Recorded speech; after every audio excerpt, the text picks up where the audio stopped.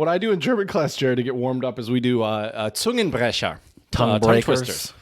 The one we did this week was as Anna Ananas as Anna Ananas.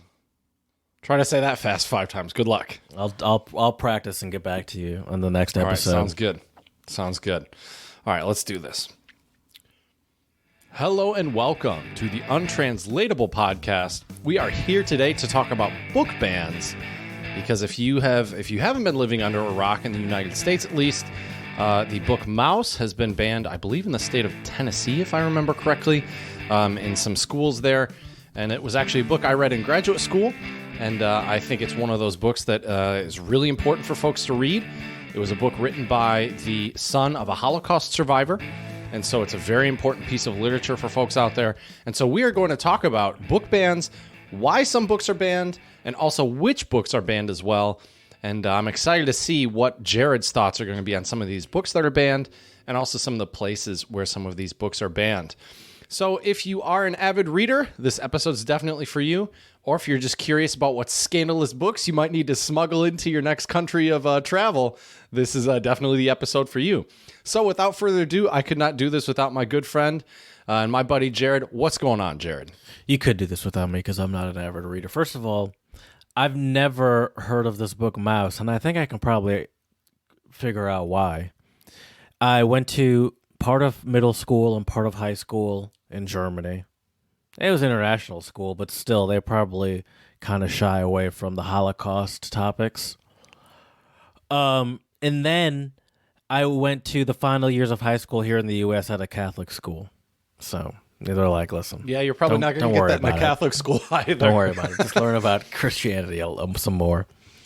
Right. So yeah, I've never even heard of this book. The title's the cover is very provocative for sure. Yeah. I think in this case, Jared, it's okay to judge a book by a cover there, because that book is actually it's more like a graphic novel. Right?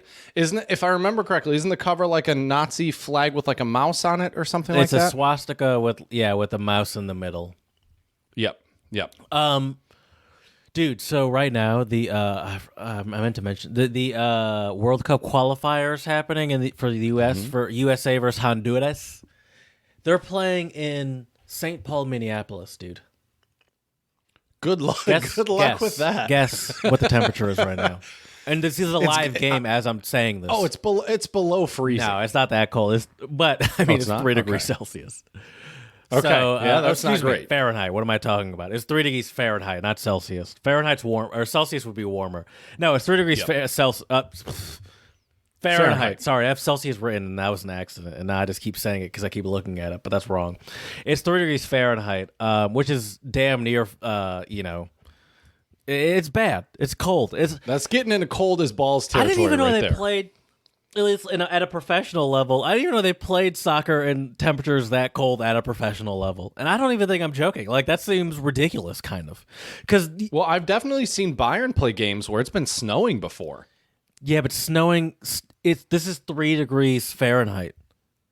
Right. For example, today we've got a good amount of snow here in Michigan, and on average snowpocalypse, today, bro. I want to call this a snowpocalypse. On average, I'm actually a little disappointed. It's not that bad. Yeah, me too, actually. On average today, we probably it was probably like in the mid-30s. Okay. Is that shocking to you? You didn't know that? I haven't been outside all day. I've been looking out my window watching the snow come down. So it's not even just the fact that there's snow, because you can get snow in the 30s. It's 3 degrees Fahrenheit. It's just insane. I don't know. Seems ridiculous. Why would you schedule a game crazy. In general in in St. Paul, Minnesota in February? It's like, especially when we have warm places in the United States. Yeah, even Michigan makes more sense. than Minnesota. At least right now, Minnesota is cold as shit. Right. Like play in Florida or something. Like, what are you doing? Know. California. There's maybe the U.S. men's soccer team. I bet you what it was, Jerry, is they viewed it as an advantage. Because how many times have players from Honduras played in 3-degree weather? I did see people talk about that on Twitter, about how it is just but I mean, I'm not a professional But I would never even consider playing outside in temperatures at that level. Right. Also, I guess I wouldn't have the luxury because I don't know. They have the luxury, like, because all my fields that I go to are covered in snow. So, Sure. and they obviously have fields that, when they're not being played on, have like tarp over them that they pull away like a swimming pool. So, Right. Yeah, it's pretty wild. the U.S. is winning though. It's 2-0 at halftime. So, Nice. I guess there's Nice. an advantage there. There we go. There's no snow on the Well, ground. dude, though. It's just cold. Okay. Oh, there's some, but Well, there's not still. a lot. Right. Well, It's that not cold snowy. weather definitely, I think, could make a difference for sure, especially if you're not accustomed to it. Yeah, but I feel like at that coldness, I struggle to see the advantage. Were these people that are playing for the U.S. team often playing at, like, is that like, oh, like, just because they're playing for the U.S. team does not mean that these temperatures are just like nothing to them, you know? It's like, what if they Right. grew up in, for example, Florida or California or Arizona or all the other states that don't get to 3 degrees? Like, just because the U.S. has these temperatures and Honduras doesn't, I struggle to just see that simply as an advantage. Sure. Yeah. That's true. Well, Jared, I'm not sure if you're aware of this, but I want to wish you a very happy Lunar New Year, my dude. We are now in the year of the tiger. What year? What's your birth year? I am a ram, is what I am. I'm a You know ram. what I am? Makes me so damn I, mad. I'm going to guess it's a monkey. Yeah. Yep. Yeah. Yep. No, people, I'm not being a racist. Yes, he is. And he's right. Because he but relates yeah, to other I- racists. No, I'm kidding. That's terrible. Oh, geez. Here we go. Everyone's racist. But yeah, it was funny, though, Jared. I got a bunch of texts from my former students in China wishing me a happy Lunar New Year. So I thought that was kind of nice. I figured I would just bring it up real quick on the pod. Year of the Tiger, which is pretty cool. And one thing that's kind of interesting as well, Jared, about the Year of the Tiger is during this year, I guess, has marked, I don't know how, because we've only had well, I guess it's really last year, but the Year of the Tiger marks an increase in tiger population for the first time in 12 years. In light of the new Lunar New Year, I know, right? A new report from the environmental NGO World Wildlife Fund, WWF, not WWE, Jared, this isn't wrestling, has revealed the decline of the species has well, you been know, it's revert- called That's a weird WWE sentence to say. because of the WWF that you're talking about right now. Because wait, what? Really? Yeah. I think the World Wildlife Foundation had that acronym first, and Right. that is why it's WWE. Oh, okay. It was originally Yeah, okay. WWF. You didn't know Gotcha. this? Okay, I didn't. Jeez. No, You need to culture yourself, Chad. How do you not know about all I guess these? so. I'm not even a wrestling guess so. fan. Right. I'm just well-rounded and cultured. I know all the high art, including wrestling. Exactly. Well, and that kind of reminds me, though, Jared, of the Chinese untranslatable we've talked about before, Mama Hoo Hoo. Mm-hmm. Just horse, tiger, tiger. Yeah. And we are now in, I guess, the year of the who. I'm sure the tone was wrong, but the year of the tiger. So The year of the who? You said it like it was a question. Right. Yeah, is that the rising tone? Is it the falling tone? I don't know. I have no idea. But anyways, I just want to wish all the folks out there who are celebrating this Lunar New Year, I hope you all had a happy, fun, and healthy Lunar New Year celebration with your friends and family, and hope you have a prosperous Year of the Tiger. That is for sure. So, Jared, Shout out I to do all my want to give monkeys out there, by the way. Just giving some love to the monkeys out there. There we go. You know who you Okay, are. nice. Speaking of shout-outs, Jared, I do have a shout-out to give, Okay. and it's actually very apropos to our topic for this this evening or for today. So, actually, the author, Art Spiegelman, who is the one who wrote Mouse, he is actually going to, he has offered, oh, sorry, it's not Art Spiegelman. It would help if I would actually read, Jared, before I talk, wouldn't it?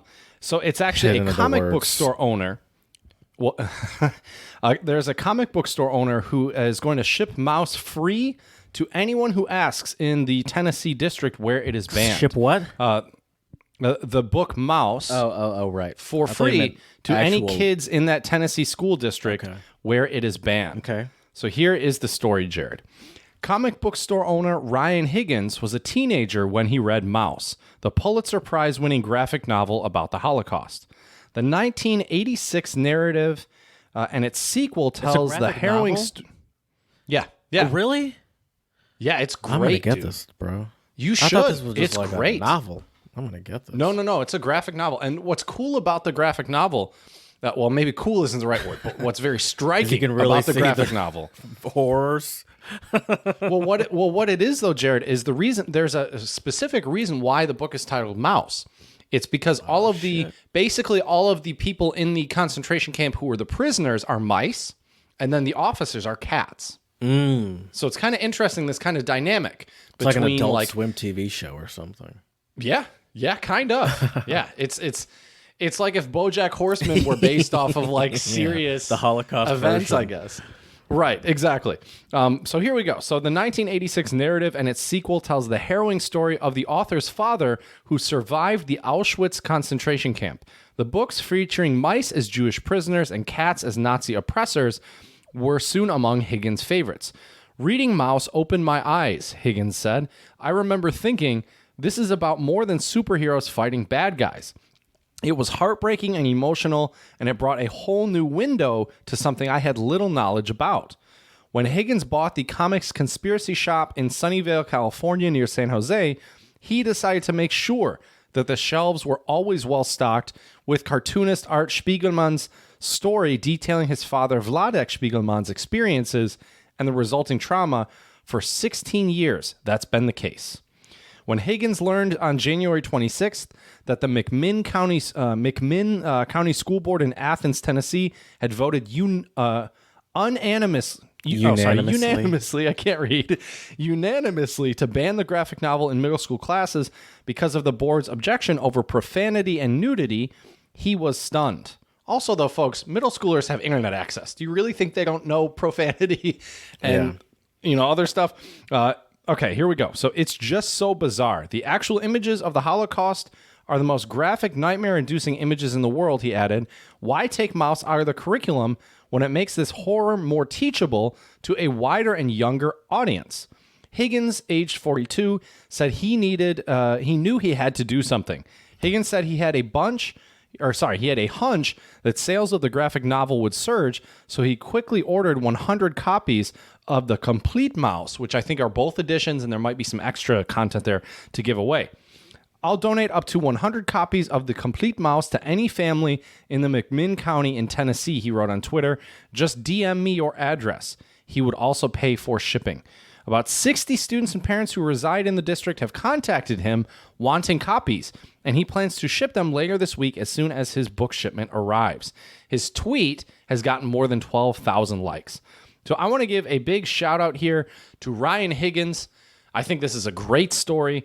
And I mean, the importance of this graphic novel, it's paramount. I mean, the thing is, unless you have actually been to a concentration camp before, I've been to Buchenwald 2 times. I've been to Buchenwald twice. And you have, like, I firmly believe, Jared, everybody should have to go see a place like this, because it just puts into perspective, number one, how terrible and dangerous people can be. Also, though, number two, that we don't forget history, because I think in the long term, us humans are not great at remembering things. And so, it's easy to forget history. And we see a lot of school districts in the United States, especially, doing all sorts of things to teach history, quote unquote, differently. Like I read somewhere in Texas, they had basically deleted a passage about the Trail of Tears in a textbook because it's too sad or upsetting for kids to learn about. But that's the reality. Yeah. Dude, I remember, when I was in Germany in middle school or high school, probably high school, we went on a field trip to this place in Cologne. I don't even know what it was called, but I remember it was essentially a dungeon. It was like this underground dungeon in Cologne. And we were just walking through, and it looked like sort of like an Assassin's Creed-esque prison cell, you know what I mean? And after being there for like 30 minutes, and during this tour guide, I think that was like it took a bit until someone mentioned that. Oh no. Okay. I remember what it was. So we were walking around this like the prison cells, and then we went into this one, what looked like, let's say, a solitary confinement prison cell in this Assassin's Creed area. Okay. And while we were standing in there, the tour guide mentioned that we were in a room that they used to use as a gassing room, and that fucked me up a little bit. Oh, I believe it. I didn't fuck me up in the sense where that's not even the right term. It's definitely stuck with me, and and in the moment I was like, whoa, that's like. But I think that is like, I don't think that's a bad thing. Like, I think that that's necessary to sort of understand. And even just hearing it in that sort of context is just like a tiny fraction of the actual brutality of it. Just, being in a situation like that, and even that was just like it stuck with me for sure. I believe it. I mean, dude, the first time I went to Buchenwald, I almost lost it. I mean, I tell you what, dude, had I have not been the graduate assistant that was responsible for making sure the students were, like not doing anything stupid, or especially like when you visit a concentration camp, like I just think there's like a certain way to act tactfully. Dude, remember when we were in Berlin at the Jewish memorial? What do they call that? Oh yes, and there were people taking selfies and shit and jumping on the blocks. And it's like, don't you realize what this is? Yeah, and it was just like, I don't understand. Yeah, it's just a similar concept. And we were just looking at these people. It's like, I don't know how you're like hanging out here and just having fun like this. Right. Well, it's a lack of, I guess, historical awareness. Although, to be fair, I'd imagine that it's even harder to have that. It's probably even harder to have that level of just chill funness in like a concentration camp, I'd imagine. Right. Sure. But yeah, I mean, I still remember too. They hadn't. Be fair. I hope. I don't know. I'd hope. Right. Sure. Well, what's crazy though too, Jared, is when I went to Buchenwald, when we got there, one of the first buildings that you can walk into is the crematorium. And what's so crazy about that, though, is they have an image of a photo that the American soldiers took when they liberated the concentration camp. And the Nazis, basically, they knew the Americans were hot on their trail. The crematoriums can fit usually about 2 bodies, I think, really 1, but I mean, you can squeeze 2 in there. And dude, it was to the point where the Americans took a picture and there was literally a stack of bodies as high as the crematorium. Just dead bodies there. And then in the crematorium, they said they found every chute just stuffed because they were trying to obviously dispose of as much evidence as they could before the Americans came. It's like in the mob when they're like shredding papers. Right. But these were human fucking beings. Yeah. But yeah. I mean, it was crazy, dude. Like it's, and when you walk in there too, it's weird. There's just this different presence or aura. Like, I don't mean to be like getting all crazy and hippy dippy right now, dude. But like you can feel it. I can understand. It might sound weird to me if I didn't experience it myself. Yeah. Oh, I'm sure you felt it in that dungeon. I didn't even like. I knew I was in like an area that was a prison for this sort of thing, but when I realized I was actually in the spot where they were murdering people, that's when it really, really. I'm not. There was obviously a level of reverence before, but when I was like, "Oh, this is where they did it," I was like, "Oh, this is right." Like I don't feel well. Like it was for weird. Sure. Like it was a very weird feeling, and it definitely stuck with me. But I think Well, and I think that's a useful. I really do think that's a useful feeling, and that's something that people like parents in the U.S. are so afraid of when it comes to our history. But you can't shelter children forever, Jared. Yeah. I mean, they're going to become adults at some point, and then if they realize the horrors of those parents, but the parents that are trying to shelter the kids, they're ignorant to it as well, and they are doing great. Yeah. So what? Well, I guess. So what's? I mean, not all of them, but a large number of them are doing fine, like financially as a family, living in this sort of ignorance. So it's like, well, I did fine without in this ignorance.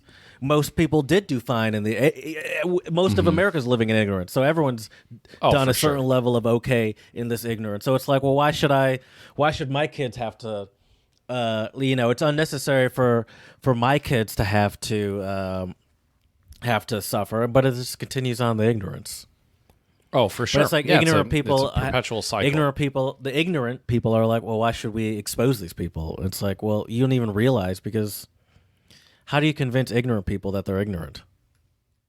You can't. I mean, well, I don't know. I feel like a lot of them are blissfully ignorant, or sure, they don't want to be convinced. Exactly. Yeah. The other thing too, though, whenever you have an experience like that as well, like I remember it was so awkward when we were on the bus to Buchenwald. One of the students was like, "Yeah, I can't wait till we like get back to the hostel after this. Like, we're gonna have a fun night." And this was my second year there, so I'd already gone there once. And I was like, I love your optimism, dude. It's gonna get weird tonight. Trust me, yeah. Like I like you feel depressed. Yeah. I mean, at least if you are somewhat in touch with your emotions. I think even you, Jared, would feel depressed. Yeah, it fucked me up. And I'm just slightly aware of my emotions, just barely. Right. But yeah, dude, it's heavy. But life is heavy, man. Like, you can't just live life, at least in my opinion, you can't just live life going through you can, but is it a decent life? Really just going through the motions and being ignorant? Who knows? Maybe it is, Jared. I think maybe. Dude, yeah, of course it is. Of course it is. Yeah, right. Most of this country is living like that. I feel like That's true. are not realizing that. Of course it is a okay way to live life. That's how life has been lived around the world in perpetuity, essentially, at this point. Right. The vast majority of most populations are living in a large level of ignorance of their own. I mean, at least in the U.S., of even their own history. That's a normal thing. And people are doing just fine. People are striving and thriving in spite of having no concept of our history. So I think you can be ignorant to that and still do fine. And then it's like, well, why would I introduce this into my life? Yeah, that's fair. I guess. I mean, makes me a little sad, but I guess it is what it is, I guess so. But, yeah. Well, Jared, I think you might know what time it is. I don't know. What time is it? I'm depressed. Well, let me cheer you up, Jared, with some untranslatables. How about that? Yeah, nothing makes me feel better. That's right.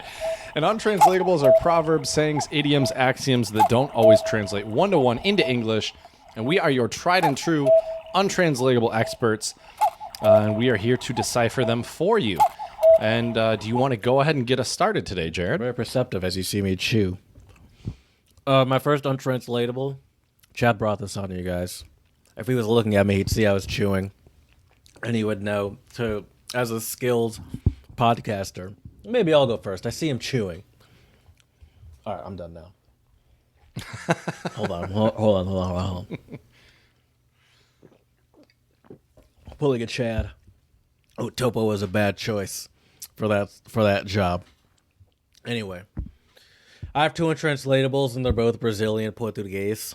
And my first one is descascar abacaxi.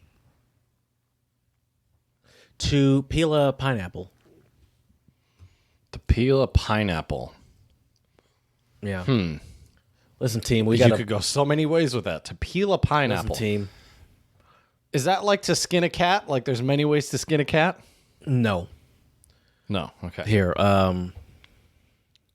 listen, team, we got a deadline of to close this account on by COB, okay? And I'm struggling here, so I need my team to step up. How are we gonna peel this pineapple, everyone? Come on, let's get together and figure out how we're gonna peel this pineapple. Is it to like come up with a plan, or to get something done? To tackle this problem. Okay, peel the pineapple. I how like that. Peel this pineapple. Okay, yeah. Nice. My first one for you, Jared, is Spanish Espanol, and it is ponte las pilas, which means put your batteries on. That's like to go fast, run fast. No, that's like That's like we've peeled the pineapple now, Jared, and now we need to put our batteries on. Get to it. Yep. All right. Yep. There you go. Okay. Yeah. Work hard is what that means. Work hard. Okay. Mm-hmm. My second Brazilian Portuguese untranslatable is Mamoa com what when there's a squiggly under the sea. What does that do? Do you know? Is it a ch? I don't know, Jared. I have no idea. Achucar. I'll just take your word for it. So if it's wrong, it's because of you. That's fair. I'll take the fault for that. Although I probably also got Mamoa com achucar. Papaya with sugar. It's papaya with sugar. Papaya with sugar. So here's the deal. Maybe if I came to you and I said, "Listen, Chad, we got this. We got this deadline by COB, and this is What is COB, by close the of way? business, and this is an unattainable. This is an unattainable goal from the boss, but the boss said needs to be done." And I've thought of all the ways to peel this pineapple, and I'm telling you, can't be peeled. And he said, "Listen, boss, I'm your boss, and I'm the boss above us is asking for this."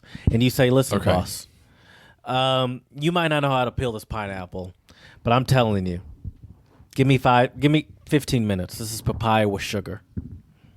Oh, it's a piece of cake. Yeah, sure. It's easy and enjoyable. It's easy. Yeah. Facile. What you would do is you'd be like, "Listen, boss, step aside," and you do the classic where you do the. Oh, yeah, you crack your knuckles by like spreading them out like that, which is the worst way, at least personally, to do it. The best way, you're like, "Hold on, let's do this." ASMR. Right. Roll up your sleeves on your button-down shirt. Let's get to business. Yeah. This is put on our batteries, Jared, papaya and with let's get to sugar. business. I welcome this challenge. That's right. Thank you. I've Okay, been bored I like at work. that one. I wonder how many languages have that type of piece of cake, papaya with sugar. I feel like every language has some equivalent. Vast majority, for sure. Right. Yeah, definitely. Because that's a common Jared, thing. my last that's easy. Mm-hmm. Everyone talks about how easy something is. Sorry, go ahead. Sure. What's your last one? My last one for you today is also Spanish, and it is palabras necias oídos sordos, which means annoying words, deaf ears.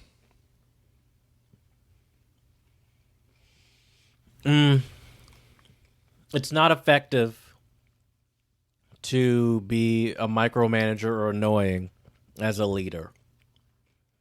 I mean, that is a correct statement, but that's not what this untranslatable means. If you are, this is something people will stop listening to you. People don't listen to you anymore because you're annoying. I mean, I agree with you, but this is something still that not you. Okay. This is probably something, Jared. At least my mom definitely told me this as a kid. Can you give me the literal again? Annoying words, deaf ears. It's like if you ask too much, you're not going to get it. Or Not like being quite. like This if would you're be- persistent. It's like almost Boy Who Cried Wolf. If you keep asking the same thing, people won't listen to you. No, I think. Let me change this to try to help you a little bit, because I think annoying is throwing you off a bit. If you were to change it to mean words, deaf ears, maybe that'll help you. Oh, it's like do unto others as you like done unto yourself, essentially. Where it's like, if you're being insulting is not no one's gonna listen to hear you. What's the other phrase though, Jared? If you don't correct, that's a good one. But if you don't have anything nice to say, don't say anything at all. Don't say anything at all. Yep. Yeah. Yep. Okay. That makes sense. I definitely heard my mom say that when I was younger. What kind of shit were you saying about people back in the day? I was like, yeah, this Jared kid I met in college. I mean, Asshole, arsehole, right? Chad. And then my mom met you, and she's like, Yeah. Chad, if you don't have anything nice to say. Yeah. But yeah. All right. Well, Jared, I think it's time to talk about some book bans. Which I fully Before support. we talk. On a weekly basis in my backyard, I host a local Ferndale book burning. Oh, man. Whether you're I Christian, never thought I'd hear those Wiccan, words come out of your mouth. Jewish, Muslim, whatever your background is, you're welcome to come and throw whatever books you'd like into my bonfire. So, Jared, how do you choose the books that go I in your don't bonfire? choose. I just host. I see. Listen, Chad. That's what we called guilt by association. It's like Jared, a party so I'd be careful. and a big fire. Okay. I don't agree about the fire. I don't agree with burning books at all. Actually, I'm just learning ways of being social, and this is one that's come across as we brought up this topic. I'm like, I never considered this as a outlet. Right.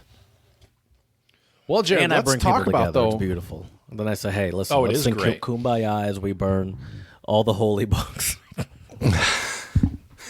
I don't know what the hell I'm saying. I'm hungry. You're gonna get both of us excommunicated from every type of religion Thank you, out there. please. After I this welcome episode. it. I really welcome it. Then my parents will stop asking me to go to church with them whenever I'm back home. Right? You can show them a piece of paper. Well, actually, Yeah, I can't. I can't go. I can't. I can't cross that. I can't Right. cross that threshold, Mom and Dad. Exactly.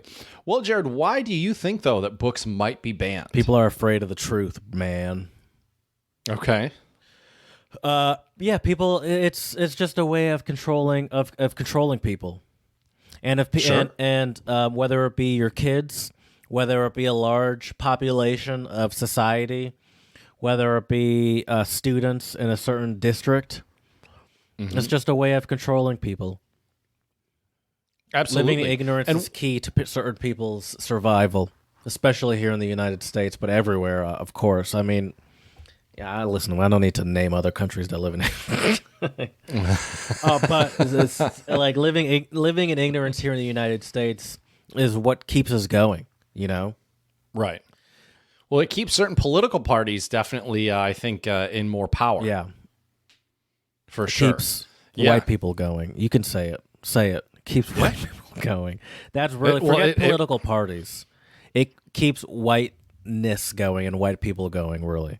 Is just, and that is what America is built on. So it's Sure. almost like, which is why it's almost a requirement to whatever level. You know, there's the level of the people that are like complaining about CRT being taught to our first graders, which isn't even happening, and is being banned in elementary schools. It's like, this has never even been taught in middle schools or high schools. It's like, okay, like, what are you doing? And it's like, it's all just that, what do you call it, where you're like, what do you call it when you're like, sort of, you're talking about something else, but trying to use that thing, something about whistle. Like a metaphor? No, the whistle. Something, dog whistle. It's a dog whistle is what it is.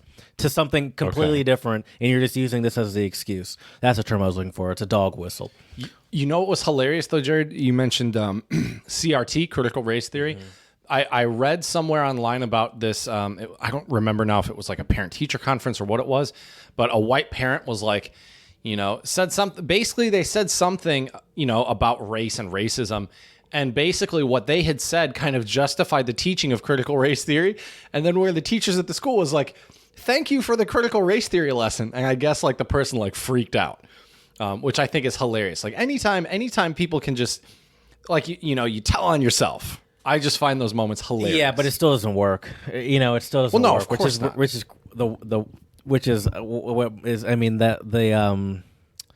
the denial is so powerful. The ignorance is so powerful. Mm-hmm. For sure. So yeah, I mean, books have been. This is not even America. I mean, we're talking about America like this because that's what we really know. But this happens everywhere. I mean, of course. The large majority of the countries in the world. Probably not all of them, but a large majority of the countries in the world are banning books for various reasons or whatever reason, whatever sort of definitely morality that they subscribe to. Mm-hmm. I remember when I was a kid, there was the talks about. I have a list of some recent books that were banned and why, and that'll sort of get us into. I think that'll be a good sort of way to get us into the common reasons why books are banned. Sure, but I remember. Let's do it. When we were in high school, this is not on the list, but Catcher in the Rye was a dicey one back then. A lot of those. And this isn't on my list, but a lot of those, like, I remembered what the other one was. 1984 was one of them, remember? The other one was Brave George New Orwell. World. Yep. Oh, really? Which is sort of a similar sort of dystopian, we control society and, like, to a ridiculous degree. And that was another one that's commonly banned, too. That's not on my list, though, because the ones I have are recent, and relatively common to me, at least. I can't speak for you, but we'll see. So here's a list. To Kill a Mockingbird. That one's perennially on and off the banning list. It is a award-winning, Pulitzer Prize-winning novel, but it's considered to be violent and a lot of use of the N-word. Right. Do you know? Did you ever read To Kill a Mockingbird? Can you tell me what that's about? Of course. What's that about? Yeah. So it's about. I don't think I read what's that the dude's one. name? I remember my sister read something. Atticus Finch is the lawyer, and he is basically what happens is that there's like a trial. Oh God, it's been I so don't long. mean Basically, to quiz you, right? But I never got assigned that Let me book. pull up my Spark Notes, Jared. I kind of feel Basically, bad in a doing nutshell, this to Jared. you. Well, you're good. Basically, in a nutshell, sorry to spoil the book for all of the listeners out there. Go read it Spoiler alert. anyways. It's a good Skip read. 30 seconds if you don't want to hear. Exactly.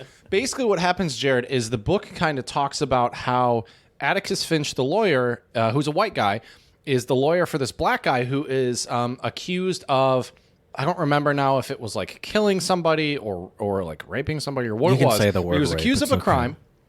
But he was accused of a crime. probably. Right. Okay. And of course, he was convicted and he was hanged. Okay. So no happy ending. Okay. No, definitely not. No. Okay, so that one's often banned. Another one that's often banned. What's that? There's that. I actually have a long list here. There's that. There's another one that common book that's. Oh, here it is. Tom Sawyer is that common book that's banned for the use of the N-word a lot. Sure. I think that. Here's my opinion as a black person. I don't think the N-word alone is a good reason to ban a book. I think people should be smart enough to be able to read a book that has the N-word in it and also understand like the sort of the diciness of using that just publicly. Sure. I feel like that is a concept that at this point, once you're in like high school, I feel like you should be understanding that concept. Obviously, I'm not saying you should be reading this in 6th grade or 5th grade or something like that. All right, here's some. That's one of the popular ones. Another popular one. I love this book. I read it. I saw the movie. Liked the book and the movie. Kite Runner. This is a weird one too. What's that about? I've never heard of You're Kite not familiar Runner. with that one? So that was about. Okay. See, I don't remember what country it was in. See, I don't even want to start listing them off. But it was about these kids that it was about these two friends that were like they grew up like playing kites together and like in like the way that they did kites was like they'd have like little blades connected to them, so the challenge would be like you slice the other person's kite in the air by like little maneuvers and then you win their kite. That's the game. Okay. And that's sort of the broad concept of it is these friends playing this game together. But it's about these friends growing up. I'm going to just look it up just so I can get the country right because I really don't want to just guess off countries when I do this. Afghanistan. Right. Okay. Well, at least the author is Afghan-American, so I'm guessing it's Afghanistan. Yeah, Afghanistan. So it's just but it ends up being about like really about like the challenges of living in Afghanistan around this time and like dealing with like the terrorist regime sort of like the uprising.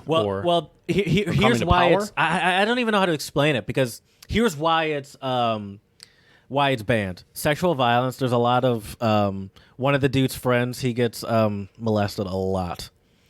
Oh, geez. And also, it's alluding to Islamic terrorism. Like that sort of like this is the group that is causing all of the issues are Islamic terrorist groups.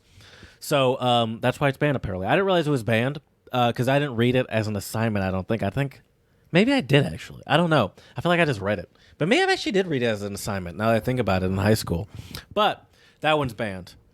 Okay.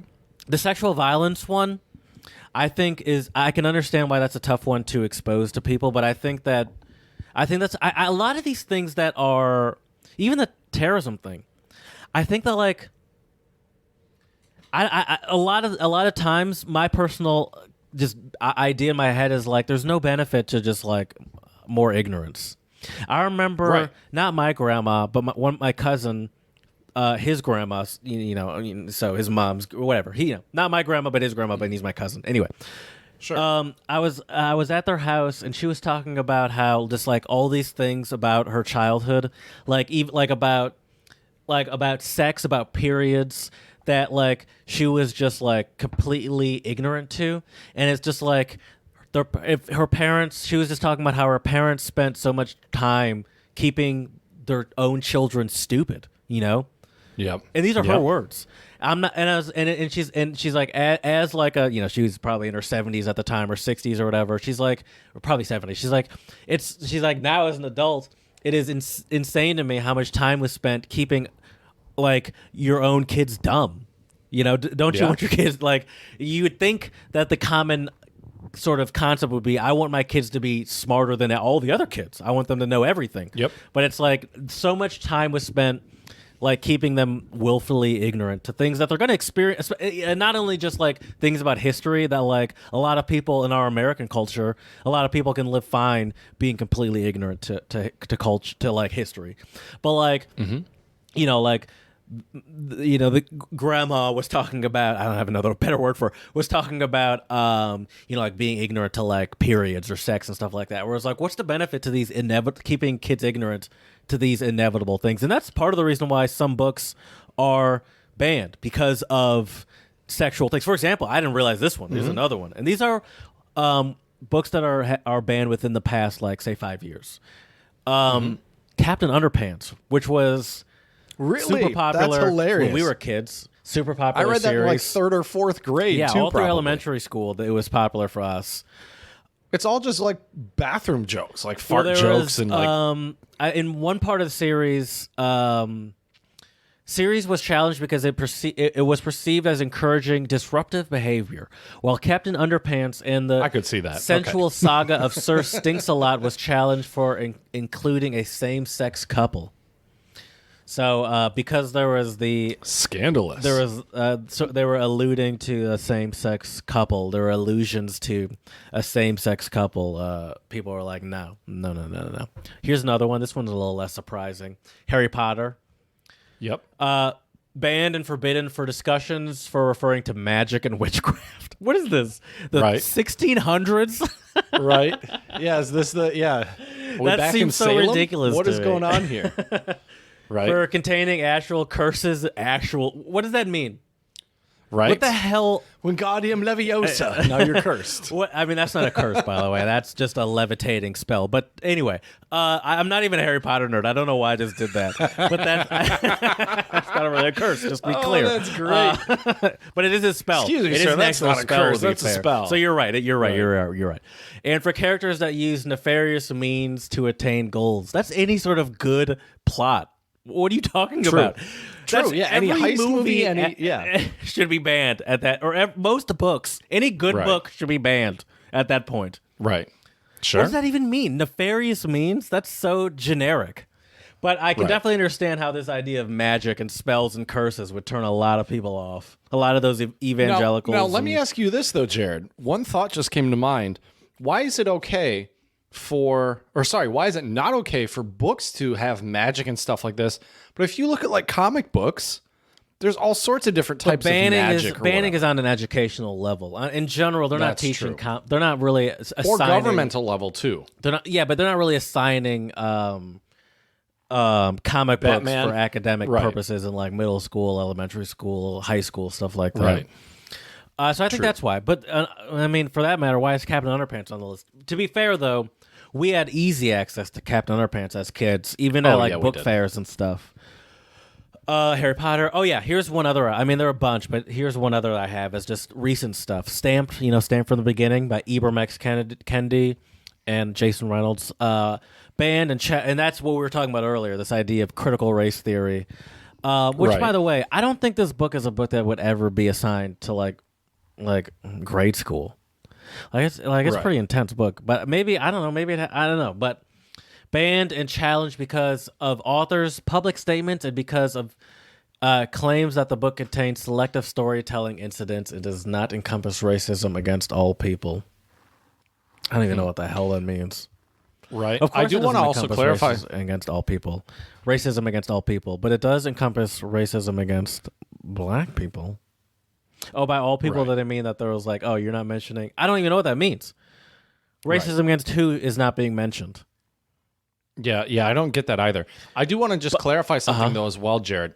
You've been tossing around the term challenge, and some folks might not know what that is. Basically, when a book is challenged, that's kind of the way to get things in motion for a book to be banned. Yeah, and I would say places it would be challenged initially would be like a PTA meeting, which is a parent teacher association. So like they have like meetings set up for parents to come to the theater or the auditorium or the gym, and they set up those shitty chairs, and you can voice your concerns, and they can tell you what's going on with the school and the plans and all that stuff.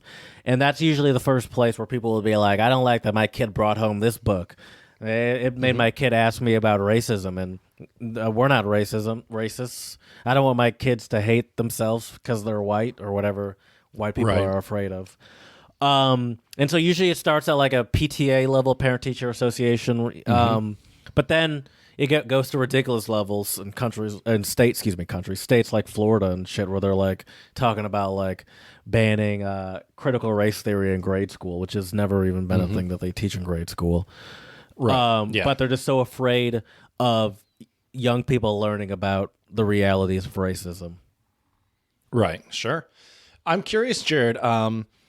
Do you have any idea of? Well, you probably don't. So I'm just going to tell you. Well, do you want to guess which authors have gotten? Which authors do you think have been challenged the most? J.K. Rowling, obviously Harry Potter. What about C.S. Lewis? Nope. Okay, he is a religious though. Maybe that's to his benefit, because really, maybe the people that are, or one of the popular groups that would ban books, are at least in the U.S., are like Christian groups. And they would not ban C.S. Lewis because he's a Christian king. Right. Okay, let me keep guessing, though. Let me keep guessing. Let me give you a clue. I got one. Let me give you a clue. I got one. Okay. Orson Welles. No. Aldous Huxley. Nope. J.D. Salinger. Nope. Let me give you a clue. F. Scott Let me give you a clue. Fitzgerald. No. Let me give you a clue. No, let me give you a fucking clue, Jared. I want to get one. That's so bad. Well, let me give you a clue. I don't want so the clue though, but go ahead, give me the clue. I'm clearly not getting it. This guy is very famous for like scary stories, horror stories. Oh, Stephen King. There you go. That's hilarious. Yep. I was so proud of myself for just blasting through authors, and then you gave the clue. I'm like, oh, that makes sense. Stephen King, sure. Right. Do they really assign Stephen King books in school though? Like those are like, I mean, they're good books, sure.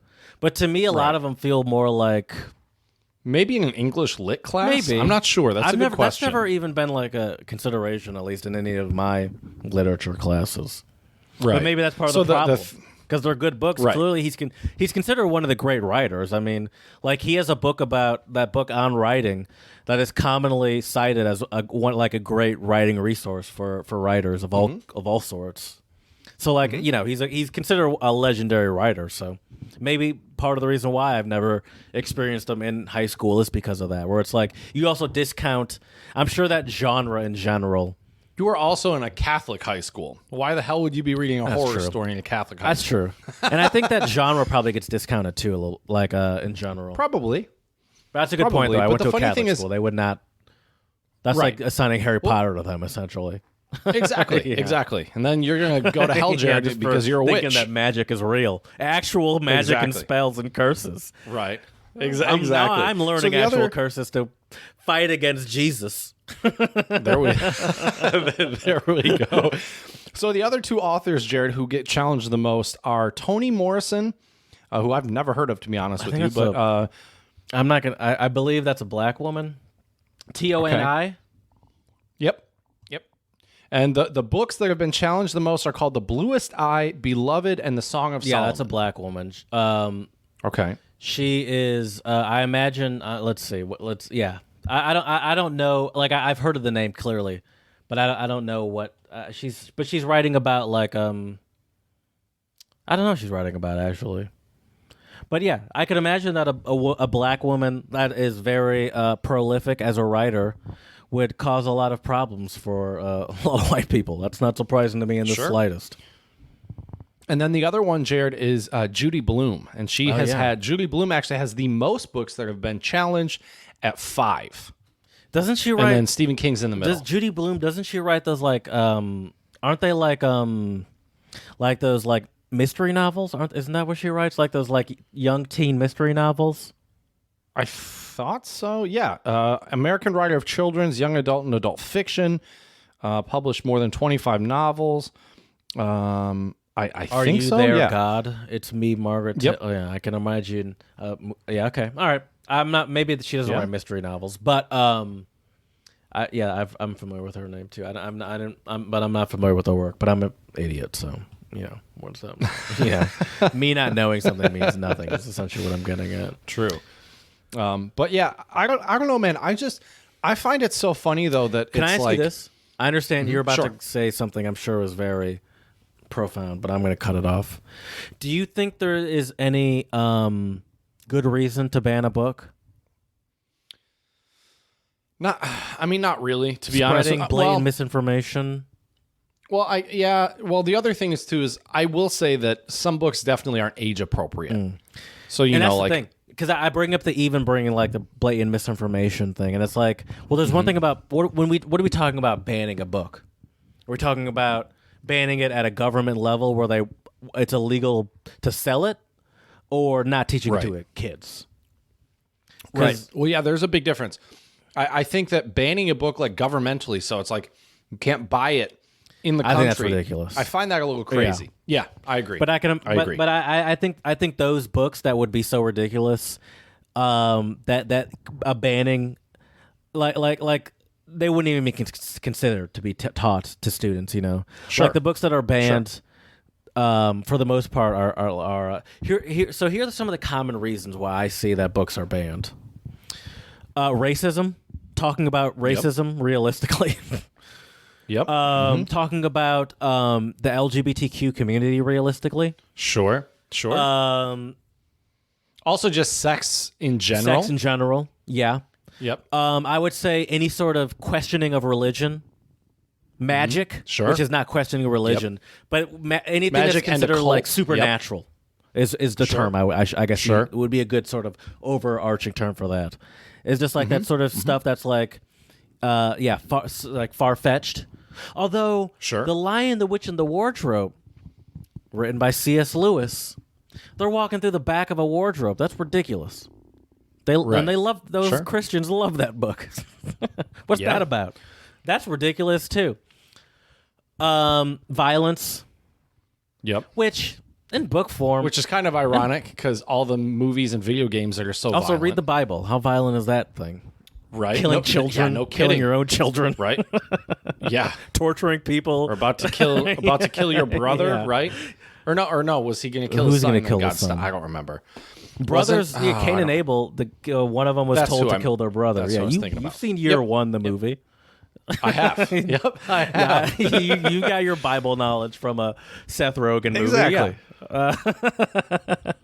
That's how you know it's legit Bible knowledge for sure. Also another one I think is a popular one is like Dystopian Futures, which is Sure. like especially for kids. because as I mentioned, 1984, A Brave New World. There's Right. another one. What's the one with the kids that got stuck on the island? Lord of the Lord Flies. of the Flies. That's when I got Yep. assigned in high school.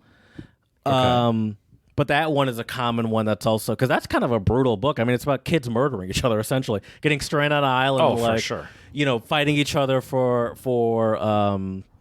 like a leadership or whatever. But they're children, and they have children problems, and they talk like children. It's weird. Yeah. Did you read that book? a long Yeah, time me too. ago. But yeah. that's a good one, actually. That's one that I would It is. happily revisit now, because Sure. that is one that I think is also kind of very fitting for today. That sort of like, yeah, I feel like that sort of concept could be very like associated to like social media world, especially with those people that are really into it and like make like friendships and sort of those like alliances based off of whatever it is they believe in. And it's like, yeah, but this is all just internet relationships. You can't really trust these people. Then they betray you, and then you have these new sort of beliefs based off of all sort of delusion. Sure. Do you have any other books just off the top of your head? Well, another category sure, as well, though, is politics. Interesting. You know, like if what I mean by that is like, you know, in certain countries that have very different political beliefs than the U.S. I'm thinking the U.S.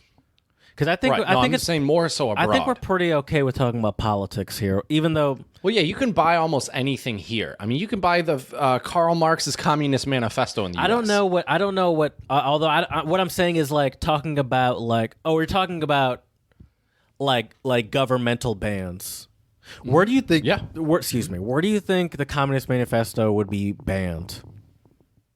That's a good question. Or, for example, I'm not Mein sure. Kampf or something like that. Oh well, bro, Mein Kampf. That's an Can easy you not buy it in Germany? It's banned in Austria. I don't know about Germany. I'm pretty sure it's banned in Austria. You couldn't buy it on Amazon?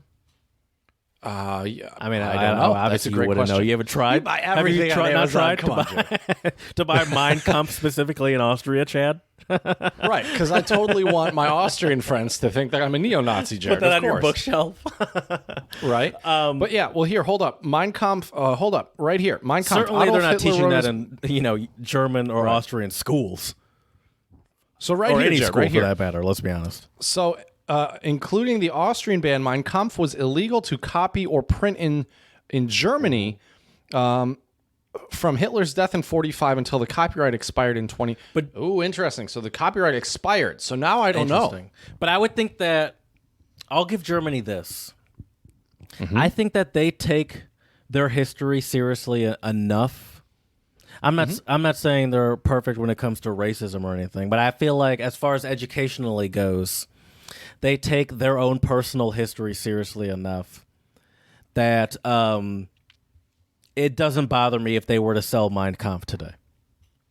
Right. Or if you were able to get your hands on it. I think they could use it for educational reasons. But they embrace in the sense that accept the realism of the reality more than we do here in the United States. So so I'd be a lot more dubious about like, I don't know, whatever, some popular racist book, some popular like white supremacist from like the 1800s being taught in a Alabama high school would make me a lot more dubious than students in Germany talking about Mein Kampf. Right. Because I feel like they have a lot more on all levels, governmental and personal sort of awareness and accountability. And I'm not even saying they're perfect because we know in Austria that a lot of like synagogues have a constant police presence because people still fuck with them. So I'm not even saying it's perfect. But I'm saying that at least on an educational level, it feels like they have more awareness of their own personal history than we do here in the U.S. Yeah, I would agree with you. So another thing as well about politics, Jared, why books might be banned. Here's another great example.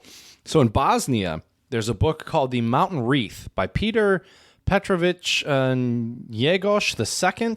And this is an epic poem play that focuses on the struggle for freedom and autonomy in historical Montenegro. One of the reasons this book is banned is that the play has become a rallying point for many opposition political groups that use it as support for their particular agendas. So, like, you know, if there are books that like fringe groups might kind of attach themselves to and use it to like propaganda, Sure. right? Kind of like, so I could also see how, for example, a book in the U.S. that could be similar to that. Maybe Fight Club is banned in the often. Is it really? Yeah, Fight Club is a book before it was the movie with Brad Pitt's amazing six-pack. But that book is banned often because it's sort of that like it's sort of about like the distrust of government and sort of that cultish revolutionary like sort of that like overtaking the government and taking and sort of the rules that we have been told to live by are foolish and almost Matrix-esque, you know, where it's like let's throw chaos into all of that. Is that what you're kind of alluding? Is that what you're talking about with your book? Yeah, that's exactly what I'm alluding to. Absolutely. Fight Club is another a popular big book thing that's too. banned, I guess, for a similar reason, though. Right. Another big thing too, Jared, is direct opposition of governments will get your ass banned really quick. And here's a great example of this. Oh, God. The book called No Enemies, No Hatred by Liu Xiaobo, who was an author in China, and his collection of poetry devoted to peacefully defending human rights This author was an intellectual turned activist, and he was a very renowned critic of China's authoritarian ruling class. And as you can imagine, Jared, I'm sure the list of books banned in Chinese schools is extensive. It's interesting you mentioned that, Jared, because from what I had heard last, basically, if the book is not from China, like you have to get super special permission to even use it. Interesting. And I've even had teachers from China. It seems like they should be open to the histories of other countries, but then be obviously very protective of their own history. Nope. The world is so global, it's kind of hard to be like open to other people's histories and not have your own country seep in. The thing is, Jared, is I think unless you're a history major in China, I think most people in China, I'll be honest with you, I know a lot of history in general. It's like, don't worry about it. Well, number one, they focus more on Chinese history because, China has such a long... In their own context of it, though. The victors write the history. Of course. So it's like, we know the things that they won't talk about in schools about Chinese history. Right. Another one, Jared, another book that you have actually on your bookshelf, thanks to me, if I can toot my own horn for a second here, Jared. The Alchemist? Is in Iran, The Alchemist. I haven't read it yet, to be fair, though. You got to read it. Good It's on interesting. My Yeah, it does. But yeah, so basically, I think, and the Iranian government never really gave a specific official reason, at least according to this article in front of me. But I think what it is it might be how they kind of in the book, and I don't want to spoil it for you, but he does go to the Middle East. I'm not going to read his journey in the next month or two, so I'll forget by the time I actually. That's true. But he goes to the Middle East, and so I don't know how it translated into Arabic and how, because sometimes things can get lost or changed in translation. But yeah, and also though, Jared, speaking of Arabic, guess what book is banned in Libya? In Arabic. In Arabic, the Bible. The Bible, very good. Yeah, the Christian Bible. That's not surprising. So it's legal. No, it's not to me either. I mean, not even just about Libya, but I mean about any of these sort of Muslim countries that sort of guides their government. That's not surprising to me. But it's only banned in Arabic, so you could get it in English or whatever. Well, so here's the deal. It's legal for foreign Christians to own Bibles in Libya, but it's illegal to import or distribute the Bible in Arabic. I think that's sort of not in a.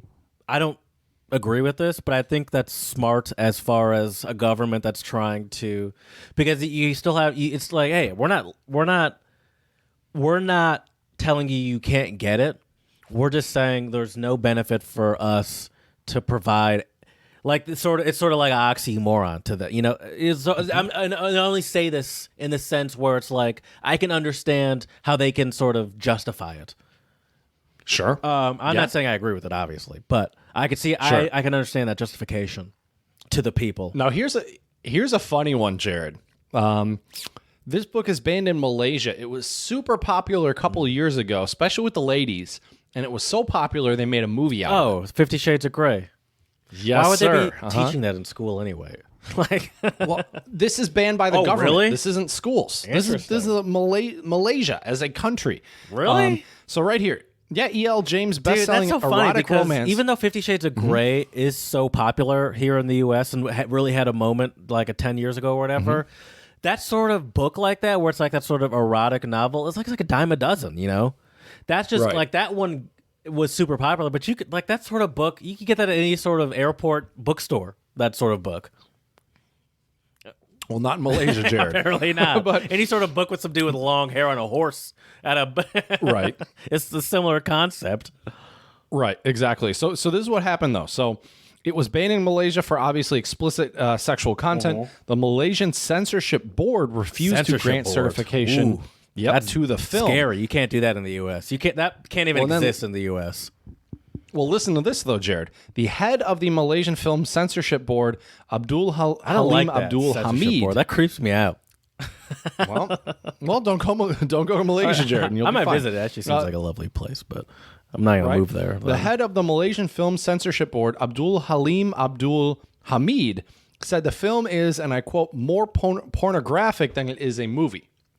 I haven't seen the movie, but I'm sure he's probably not wrong. He's probably right in that, but what's wrong with porn? Well, I mean, if you're in a, I mean, I know what I guess. right, I could guess what his answer would be to that.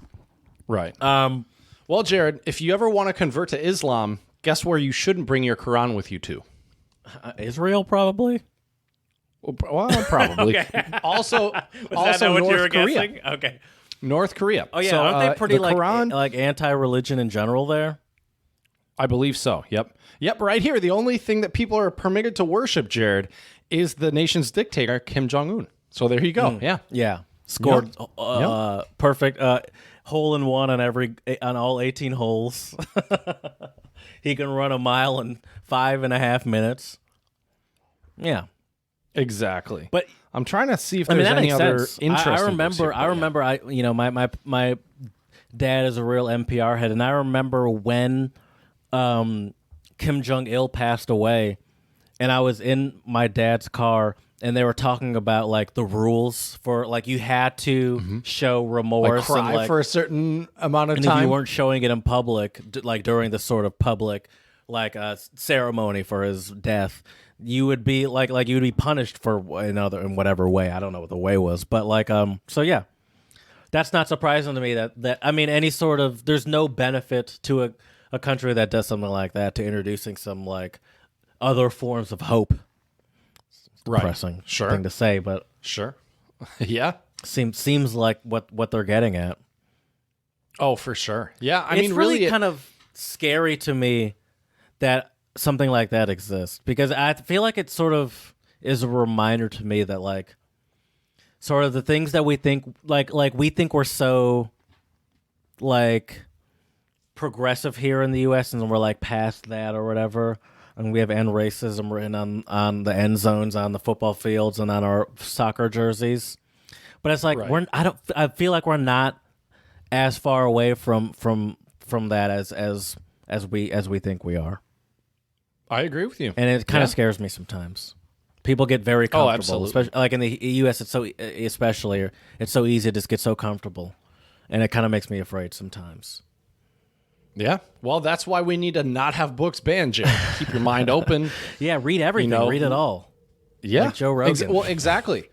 Well, I'll never forget though, dude. And this isn't necessarily reading, but back when would this have been? 2016, right? Wasn't that the year Trump was elected? Yeah. I don't remember. Yep. Anyways, it was funny. I had a really good German professor, and he said one of the best things you can do to stay informed is to look at the other side and really, try to listen to them and also try to empathize with them. I don't know if I took it that far. Yeah, but so what I did, that. Jared, was I started following a bunch of random right-wing people on social media. And I got a message from one of my grad student friends, and she was like, "What's going on with you? Like, I see you like Trump on Facebook. I see like you like, I think it was like Rush Limbaugh, like a bunch of random." Well, R.I.P. I did that for a bit, too, more in podcast form.